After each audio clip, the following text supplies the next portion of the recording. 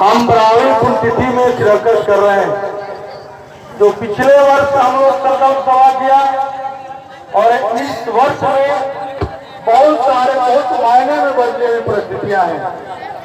मैं वैसे व्यक्ति के संकल्प सभा में है जो एक सादगी के प्रतीक, निर्मल चरित्र के वाहक, एक मध्यम वर्गीय परिवार से आते थे, जो हमारे बीच के पास जो है गरीबों के पक्ष में, गरीबों के बीच में रहकर जो उनका व्यवसाय था, उस व्यवसाय को करते हुए गरीबों के पक्ष में उन्होंने पूरा जिंदगी व्यतीत किया।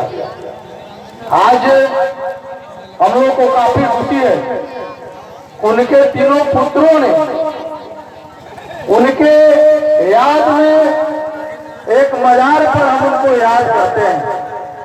मुझे इस बात को याद आती है कि समाजवादियों की मौत में इस आदत होती है, वे जलाए नहीं, दफनाए जाते हैं और कब्र खोल कर देखने पर जिंदा पाए जाते हैं। आज वे जिंदा है और यही हमको प्रेरणा देना है और इस प्रेरणा के बल पे